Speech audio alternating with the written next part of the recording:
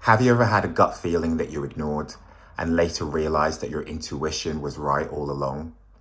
That moment where something inside of you whispered, "This isn't right," but your logic talked you out of it. Or maybe you felt deeply intuitive your whole life, but you were told that you're too sensitive, overthinking, or imagining things. In this video, I want to talk about what intuition really is, how to trust it without losing your grounding, and why some of us, especially those who are autistic, empathic, or deeply perceptive, may experience intuition more intensely than other people. This video is going to be spiritual, but also practical. So whether or not you believe in chakras and energy, or you just want better decision making in your daily life, then this video is for you. So what is intuition? Intuition is knowing without logical reasoning. It's not something that you think, it's something that you sense. Intuition comes from your subconscious mind processing past experiences, patterns, emotional information, body signals, all at once. Unlike fear, intuition is usually quiet, neutral, and clear. It doesn't shout, it doesn't panic, and it doesn't argue. It just knows. Spiritually speaking, intuition is often described as inner guidance or divine intelligence. Practically, it's your brain and nervous system doing what they do best, connecting dots faster than conscious thought. From a spiritual perspective, intuition is governed by the third eye chakra, also known as Ajna. This is located between the eyebrows, but just slightly above. And it functions based on intuition, inner vision, and perception beyond the physical. The symbolism is seeing the truth beneath the surface. This chakra is the bridge between logic and wisdom, intellect and insight, the physical and the unseen. When your third eye is balanced, you don't just see what is, you sense what's true. When the third eye is open, you have strong gut feelings, clear inner vision, the ability to recognize patterns, have trust in your decisions, and deep self-awareness. But when it's blocked, you have mental fog, overthinking, confusion, doubting yourself, and feeling disconnected from your inner voice. When we live in logic and dismiss spirituality, emotion, and embodiment, we often block this energy. So from a personal note, I'm someone who's always been highly intuitive, and I genuinely believe that part of that comes from being autistic. Autism is often misunderstood when it comes to intuition. People assume that intuition is purely social, so reading facial expressions, small talk, unspoken cues, but autistic intuition often works differently. For me, intuition shows up as intense pattern recognition, deep emotional sensitivity, noticing inconsistencies that other people miss, and sensing shifts in energy and mood instantly. I'm also an empath, so I can feel other people's emotions in my own body. If someone is holding sadness, anger, or distress, I absorb it within myself. I often leave interactions with people feeling overwhelmed, overstimulated, or emotionally drained. And then I need a lot of quiet, alone reflection time to regulate my nervous system again. But the upside to that is it makes me deeply understanding, deeply perceptive, and honestly, a bit of a human lie detector.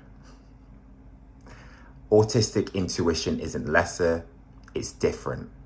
It comes from deep processing, not shallow instinct. One of the biggest reasons that people don't trust their intuition is because they confuse it with fear. Here's the difference. Fear feels loud, frantic, emotional, urgent, and repetitive. But intuition feels calm, grounded, neutral, matter of fact, and clear. Fear says, what if? But intuition says this isn't aligned. Learning to tell these apart is essential. So now I'm going to go through a few everyday examples of how you already use intuition in your daily life.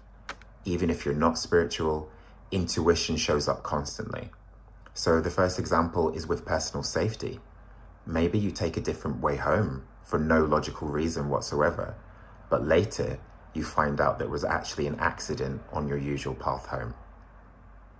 Another example is with your health. You just feel something inside that something isn't right with your body. You push for a second opinion and it matters. Another example is in relationships. Someone looks perfect on paper, but something feels off. Later, their mask slips. Another example is in careers. You leave a secure job because something inside says, this isn't right. And eventually, you understand why. A few more general examples are in everyday life. You're driving a car and you instinctively brake before seeing danger. You choose a random book, cafe, or conversation with a stranger, and the trajectory of your life changes completely. That's intuition working quietly in the background. So now I'm going to go through a step-by-step guide of how you can trust your intuition. Step 1. Create stillness. You cannot hear intuition in constant noise. So meditate. Walk in nature. Sit without stimulation. Stillness is the doorway. Step 2. Reconnect with your body. Intuition often speaks through physical sensation. So I'm talking about a tight feeling in your chest, a sinking feeling in your stomach, lightness, expansion. Your body knows before your mind does. Step 3, start small. Don't begin with life-changing decisions. Practice with what to eat, which route to take, who to message. Build trust gradually. Step 4, journal your hunches.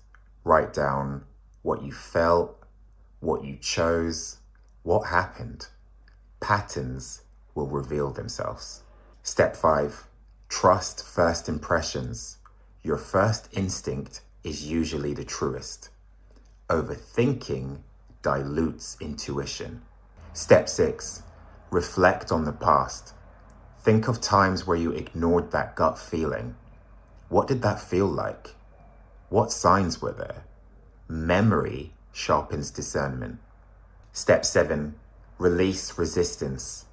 Intuition flows when you stop controlling outcomes. Trust doesn't mean certainty. It means alignment.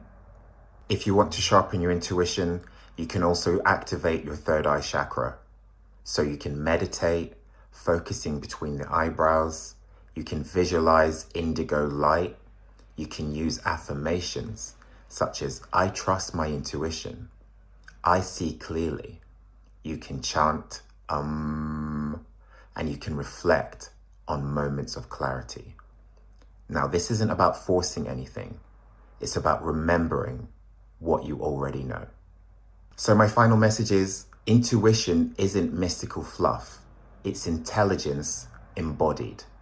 Some of us feel it more strongly. Some of us were taught to distrust it by being told that we're too sensitive or too emotional.